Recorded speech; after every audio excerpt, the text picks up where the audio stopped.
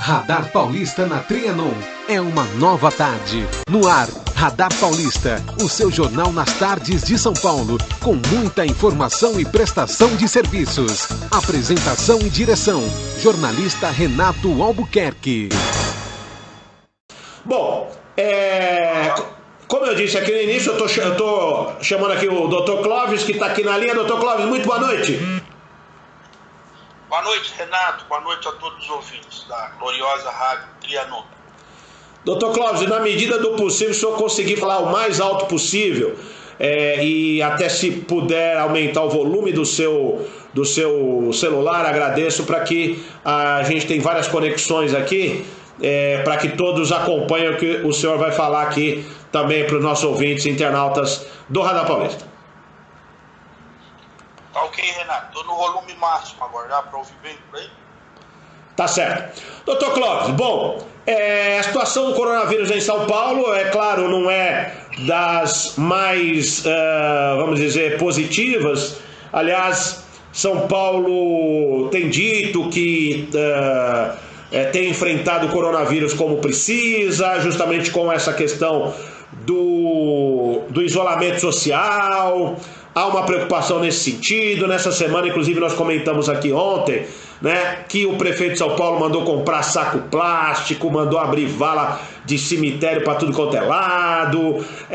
Parece que a preocupação deles, que deveria ser com relação à prevenção, né, da saúde das pessoas, está indo na direção contrária. E aí uma outra observação, né, que eu gostaria que o senhor comentasse também, é que na calada da noite parece que houve a aprovação, não sei se já foi aprovado, né, um projeto que dobra o valor de um imposto que se chama Imposto de Transmissão, Causa Mortes e Doação. Foi dobrado o valor, a porcentagem desse imposto. Então, toda essa configuração, eu gostaria, Dr. Clóvis, que o senhor comentasse conosco aqui neste momento no Radar Paulista.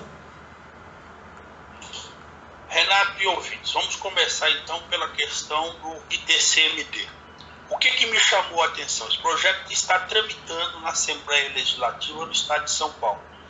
E foi, curiosamente, apresentado por 2 deputados do PT. Agora, qual seria a lógica de deputados da oposição apresentar projeto que aumenta a arrecadação do Estado governado por seu opositor? A lógica disso é simples. Há uma parceria do PT com o PSDB que é antiga. Rapidamente eu vou descrever essa parceria para não cansar você e os ouvintes. Quando o Fernando Henrique Cardoso estava no governo, nós tivemos um mensalão do PSDB no governo de Minas Gerais. Até o governador da época foi condenado agora recentemente por conta daquilo. O PT, que era a grande oposição no Congresso no Brasil, nada fez. Olhou aquilo, fingiu de morto, deixou passar. Uma vez no governo, o PT, com Lula, o que eles fizeram? Criaram o mensalão do PT já no governo federal. E utilizando todo o mecanismo utilizado pelo governo do PSDB de Minas Gerais. Inclusive, o mesmo operador, Marcos Valério. O que acontece? Isso foi denunciado por um dos que participava do esquema, que foi o então deputado Roberto Jefferson, deixou de receber uma gorda fatia de 4 milhões de reais e resolveu contar à nação toda a tramóia. Aí, já desta vez, o PSDB na oposição. O que disse o seu líder maior naquela ocasião, Fernando Henrique Cardoso?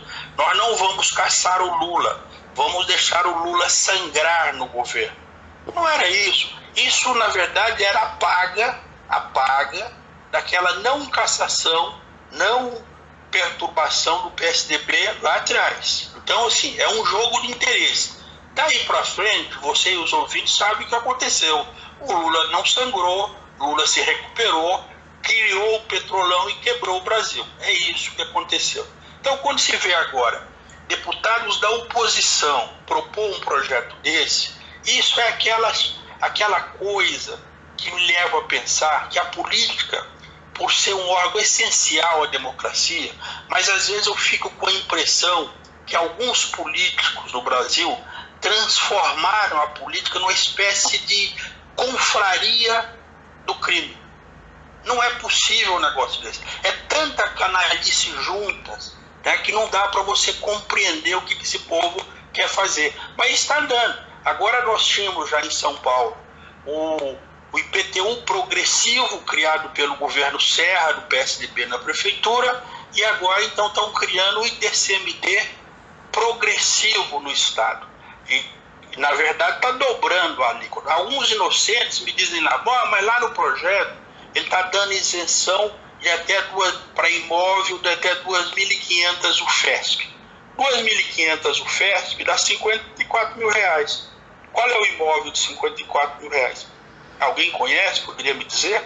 Então, na verdade, estão metendo a faca mesmo no povo para pegar as famílias que já estão desesperadas com tantas perdas nesse momento, e agora na hora de fazer a transmissão daquele que tenha deixado alguma coisa, lá lhe vem uma tuchada para acabar de ferrar. Então o que nós estamos vivendo hoje no país? Uma tragédia. Vamos agora para a questão do coronavírus. Nesse exato momento já não há mais o que fazer. O que tinha que ser feito de prevenção era lá atrás. Há uns 30 dias, 35 dias, eu publiquei um artigo dizendo que o meu maior pesadelo seria quando esse vírus, a transmissão dele, chegasse nas favelas, impropriamente chamadas de comunidades por alguns políticos que querem transformar a nossa vergonha em uma coisa bonita. Comunidade, coisa alguma, favela o nome, embora com pessoas respeitáveis, probas, gente de bem, vivem ali porque não tem o que fazer, não tem outra coisa para fazer na vida, não conseguem comprar o imóvel, a educação é ruim, não conseguiram galgar boas posições para ter o imóvel no outro canto. Esse é um ponto. Só que a transmissão já chegou nesses locais. Não tem o que fazer. Por isso você está vendo agora o prefeito comprando saco plástico, abrindo milhares de covas Brasil afora. Não é só na cidade de São Paulo, é no Brasil todo. Eles sabem da tragédia que provocaram. Aqui em São Paulo, por exemplo, o governador hoje de São Paulo, o senhor João Dória. O João Dória chegou a anunciar em janeiro desse ano, que já tinha montado em São Paulo um comitê de crise do vírus, do coronavírus. Ainda não tinha denominação de Covid-19, era do vírus, coronavírus, tá certo? Mas o mesmo governador incentivou um carnaval de massa em São Paulo. E assim foi no Rio, e assim foi no Brasil todo. Enfim, hoje nós estamos literalmente nas mãos de Deus. Transformar o vírus, politizar o vírus, antecipar a campanha de 2022 para agora, só vê nego fazendo campanha, tá certo? Tentando ganhar a presidência da República, alguns governadores. E nessa bagunça toda, nessa guerra toda, quem ganha é o vírus e quem perde somos nós, brasileiros, que milhares estão perdendo suas vidas nessa confusão. Diz que tem que ficar em casa, o presidente da República diz que tem que sair, ele faz aglomeração, chama carreatas e o povo vai. E depois os cemitérios enchem, as câmeras frias. Vocês têm visto nos jornais a quantidade de câmeras frias, caminhões frigoríficos estacionados próximos aos grandes hospitais? Aquilo é para conservar corpos, porque não tem como fazer exame de IML mais. Os coveiros desse país que estão trabalhando, a grande maioria sem equipamento de proteção, e é uma cena que eu vi de Manaus, por exemplo, sem nada, só com uma luvinha na mão enterrando vítimas de Covid. Os coveiros já estão no limite, eles não conseguem mais dar conta do serviço. Os fabricantes de urna funerária, ou seja, caixão, não tem mais como produzir nessa velocidade. Porque nós não podemos nos esquecer que aquela mesma quantidade de mortes por outras causas continuam acontecendo. E há essa sobrecarga por conta do vírus. Ou enfim, o nosso país, os nossos políticos, infelizmente, eles só pensaram em crescer a classe política, criando mais órgãos, mais departamentos, mais secretarias, mais autarquias, para empregar os seus amigos e encher os seus bolsos. Esses malditos não conseguem compreender que aqui nós chegamos pelados e pelados partindo. Caixão não tem bolso, não há conta bancária no caixão. Então, assim, deu de comer aos seus irmãos, deixa o seu irmão viver, ter onde morar, ter uma dignidade, uma educação. Não encha suas casas e mansões de dinheiro, que para o inferno você não vai levar. É esse o recado, meu caro amigo e ouvinte. Doutor, só um minutinho, vamos aqui seguir com alguns questionamentos. Deixa eu dar uma olhadinha aqui. O Francisco dizendo aqui, esse aumento já estava previsto há tempos desse imposto, só que foi votado na calada da noite. Está dizendo ainda na sequência, poderia ser rejeitado e sinal que todos já não são a favor do povo. Por que não tributa as grandes fortunas?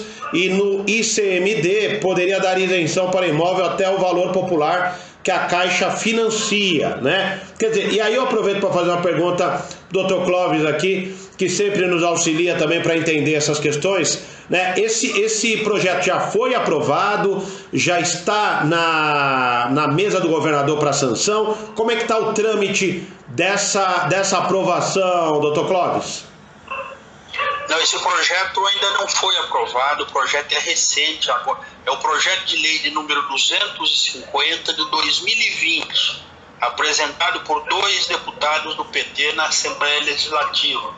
Como é um projeto que é de interesse do Estado, que vai encher as burras do Estado do dinheiro, e o governo do Estado de São Paulo tem a maioria na Assembleia, esse é um projeto que vai andar a toque de caixa. Porque no meio do projeto eles falam da isenção com base no coronavírus. Mas me vem com essa história de isenção de 2.500 o FII. Isso dá 54 mil reais. Não há imóveis do valor de 54 mil reais, salvo o melhor juízo de São Paulo. Tá certo? Então, assim, é um engodo, é uma tabelinha, é um jogo de cartas marcadas. O governo, para não ter o desgaste dele, ele pede para a oposição propor. É uma paga que é feita sempre nesses nossos parlamentos em relação aos governos de Estado. E isso o povo brasileiro não pode aceitar mais. A nossa gritaria é para que isso não seja aprovado. Um aumento de 100% no imposto que os herdeiros do falecido terão que pagar. Para se ter uma ideia, um imóvel qualquer hoje que custe R$1 milhão, não é difícil, eles têm que desembolsar 80 mil reais. É disso que nós estamos falando. Realmente é um valor bastante considerável.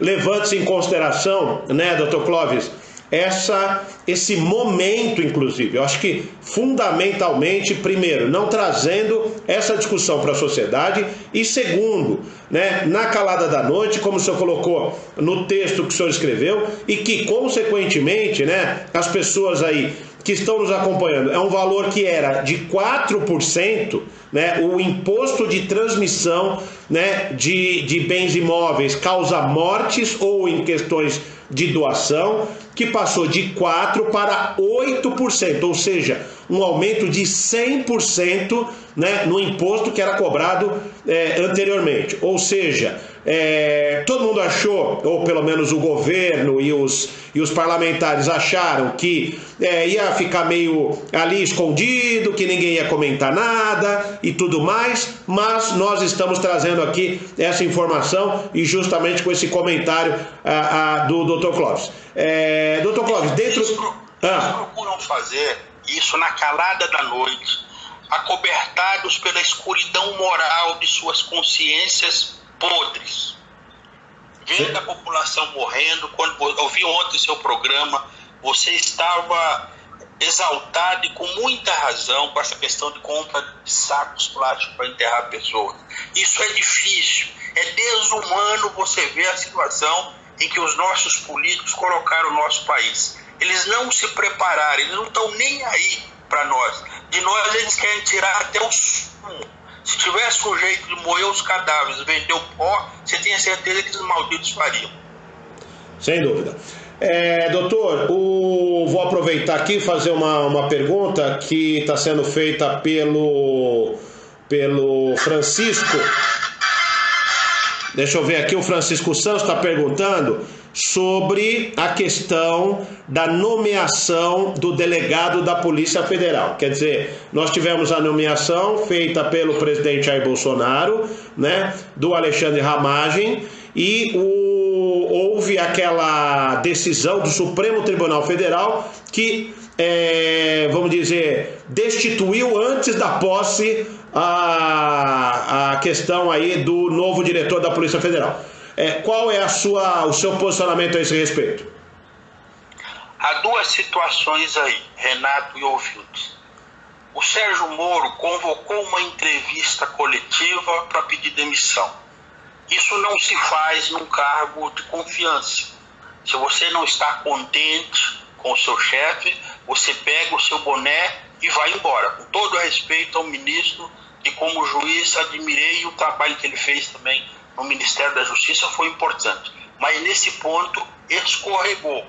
Agora, um presidente que sofre de uma incontinência verbal terrível, mesmo na sua fala, quando ele veio rebater as acusações do ministro Moro, não foi o ex-ministro, ele falou na condição ainda de ministro. Na sua incontinência verbal, ele acaba confirmando que ele queria ter na direção-geral da Polícia Federal uma pessoa para quem ele pudesse ligar e ter relatórios de inteligência para melhor decidir o Brasil. Olha, isso não é papel de um presidente. A Polícia Federal é um órgão de Estado e não de governo, tá certo? A Polícia Federal só dá satisfação ao Ministério Público e ao Poder Judiciário, não ao Poder Executivo. O Poder Executivo recebe informações da Polícia Federal? Recebe, de acordo com a Constituição. Qual é o trâmite? Há alguma coisa preocupante para a nação? A Polícia Federal, então, faz uma informação para o Serviço de Informações Militar e para a ABIN. E por esses dois canais chega ao presidente. Não é o presidente ligar e trocar uma ideia com o diretor e perguntar o que a polícia fez no dia de ontem. Não funciona assim. Então, em razão disso, houve uma decisão liminar do ministro Alexandre de Moraes suspendendo a posse. Agora, a partir daí, a bagunça piorou. Porque quando houve a liminar, no mesmo momento, o presidente foi lá e revogou a nomeação. E agora ele quer que a Procuradoria recorra. Mas uma vez que ele revogou a nomeação, aquele processo do Supremo perdeu o objeto. Não há de que recorrer. Eu não sei qual o caminho que o competente procurador, que aliás é competente, que tomou posse agora, vai achar para resolver essa questão. O Francisco aqui está dizendo que ele pode recorrer, acredito que seja o presidente da República, né, para nomear o diretor da Polícia Federal se houve a perda do objeto da ação. O senhor concorda? Não, se houve a perda do objeto da ação, aquele processo acabou. Ele vai ter que ingressar então com um novo processo questionando a sua competência para nomear. Inegavelmente, a competência para nomear todos os cargos do Executivo é do presidente da República. Mas tem lá os artigos da Constituição Federal que diz da impessoalidade, é o 37 ou 174. Então, assim, as nomeações, os atos de governo têm que ser impessoal. Eu não posso vir a público numa entrevista coletiva, como o presidente fez, para rebater as acusações do ministro Sérgio Moro, e dizer, eu quero alguém lá que eu possa ligar e ter um relatório do que a polícia fez na noite anterior para que eu possa melhor decidir pelo Brasil. Ele mesmo jogou tudo por terra. É isso que aconteceu. Tá, do ponto de vista político também, eu comentei esse assunto aqui, doutor Cláudio, do ponto de vista político também, eu acredito que seja muito desgastante quando um presidente da República precisa dizer para os quatro cantos do mundo que ele precisa ter esse diretor, como o senhor acabou de dizer, alguém da confiança dele e que frequentava a casa dele, cujo diretor, inclusive, foi padrinho de casamento ao lado dos filhos dele.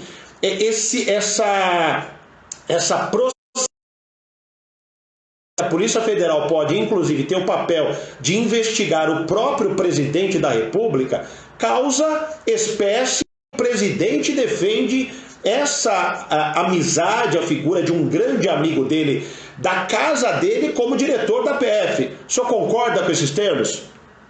Concordo plenamente. Aliás, a Polícia Federal vai colher os depoimentos do Sérgio Moro numa acusação contra o Bolsonaro.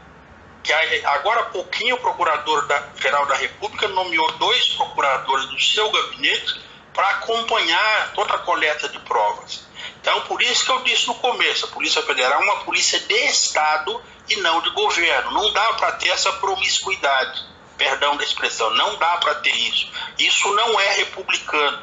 E é por isso que foi suspenso o ato de nomeação. É a mesma situação, essa suspensão, daquele caso quando a Dilma nomeou o Lula para ministro da Casa Civil e ligou e disse: ô Bessias, Lula, estou mandando aí um papelzinho pelo Bessias, só usa se tiver necessidade. Ou seja, se a federal bater na porta, você fala: sou ministro. Foi suspenso da mesma forma. O caso hoje é igual, guardadas as devidas proporções.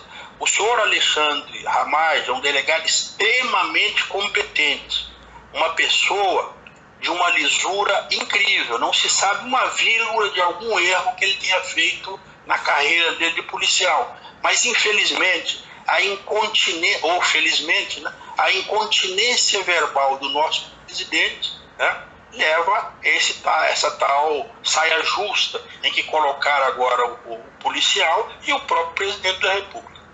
Certo. O Wander Simões disse aqui desvio de finalidade e o Francisco pergunta aqui também, né? No caso do Adélio Bispo, que passou o prazo de recorrer, como fica na sua visão, doutor Clóvis? Que prazo de recorrer? O caso do Adélio é um caso ainda muito mal explicado, tá certo? Nesse aspecto o Bolsonaro tem toda a razão, mas não compete a ele pedir o ministro da Justiça investigar. Aí também é outra já desvio de finalidade, tá certo? Mas o caso do Adélio ainda continua um caso muito mal explicado. Não é concebível que um cara que é tido como doido, logo após tentar matar um candidato à presidência da República, chegar na cadeia e chegar lá os 3 principais advogados do país, os mais caros, para defendê-lo. Aí me engana que eu gosto, né? Aí tá difícil, fica ruim de engolir isso. Com certeza. Bom, doutor Clóvis, dentro do que nós comentamos, o senhor tem mais alguma observação? A situação do coronavírus, a situação política e também judicial aí, pelas quais nós passamos aí com essa saída, inclusive do ministro Sérgio Moro, a entrada do novo ministro. Hoje eu tenho aqui também uma informação, talvez importante. O Moro disse a uma revista aqui semanal que vai apresentar provas de tentativas da interferência do Bolsonaro na Polícia Federal. O ex-ministro também afirmou que a Procuradoria-Geral da República tentou intimidá-lo ao colocá-lo como investigado, né? Dentro de toda essa batalha jurídica, quem é que pode se sair melhor? O ex-ministro, a presidência, agora a Procuradoria-Geral da República, enfim. O ex-ministro foi um dos mais competentes juízes desse país na atuação brilhante da Lava Jato, certo? O que o procurador da República fez, com todo respeito, foi uma lambança, onde ele tenta imputar 2 crimes impróprios ao ministro Sérgio Moro. Vamos lá. A denunciação caluniosa. Para se caracterizar o crime de denunciação caluniosa, o denunciante tem que promover algum ato que envolva algum agente do Estado, ou seja, fazer um boletim de ocorrência dizendo: olha, fulano de tal fez isso e isso, ou no curso de um processo acusar injustamente a pessoa. Essa é a denunciação caluniosa. O Moro não fez nada disso, então não tem esse crime. Há um outro crime de atentado contra a honra do presidente, outra escorregada. Os crimes contra a honra do presidente são tipificados na Lei de Segurança Nacional. E pasme, os senhores e senhoras ouvintes, a pessoa competente para requerer a abertura de investigação é o ministro da Justiça. E como quem falou foi o ministro da Justiça, logo o crime não existe. Só isso. Uhum. Bom, então, consequentemente, o ex-juiz, ex-ministro, né, não sei se ele vai voltar a ser juiz agora, não sei como é que fica essa situação do Sérgio Moro, ele, ao seu ver, ele está aí com as credenciais, vamos dizer, judiciais e jurídicas meio que garantidas nessa disputa com o presidente da República. Tranquilamente. Tanto é que no despacho do ministro Celso de Mello, decano do tribunal, ele nem considerou o pedido contra o Moro, passou batido, porque não há materialização do crime, nem indícios de. Não houve o BO, tá certo? Não houve um processo em que ele tenha acusado o presidente, e para investigar a honra do presidente, quem pede o titular do pedido é o ministro da Justiça. Então não há crime aí. Nós vamos ter aí, lamentavelmente, o desenrolar disso. É mais uma crise hoje no Brasil, da qual nós não precisávamos, né? Hoje o que nós tínhamos que fazer está brigando para salvar vidas, embora o governo já tenha escorregado nisso. Tirou o ministro da Saúde no meio da pandemia, era um homem que falava exatamente a língua do povo, por isso tinha toda aquela aprovação popular, estava nos ajudando bastante. A partir daí a coisa degringolou e agora nós só temos que contar com Deus. Cada um rezar, pedir ao Papai do Céu para que sobreviva a essa primeira onda de praga que está no mundo hoje. Tá certo, doutor Clóvis. Muito obrigado pela sua participação, sempre esclarecedora aqui junto aos nossos ouvintes, internautas, e até uma nova oportunidade aqui no Radar Paulista. Tá certo? Obrigado, um forte abraço a você e todos os ouvintes. Fiquem com Deus. Tá certo, doutor Clóvis Alves de Souza, sempre, né, nos ajudando a entender a política, a entender aí as questões judiciais também que se encontram nesse momento bastante relevantes aqui na sociedade, né? Bom, deixa eu ver aqui, teve mais gente...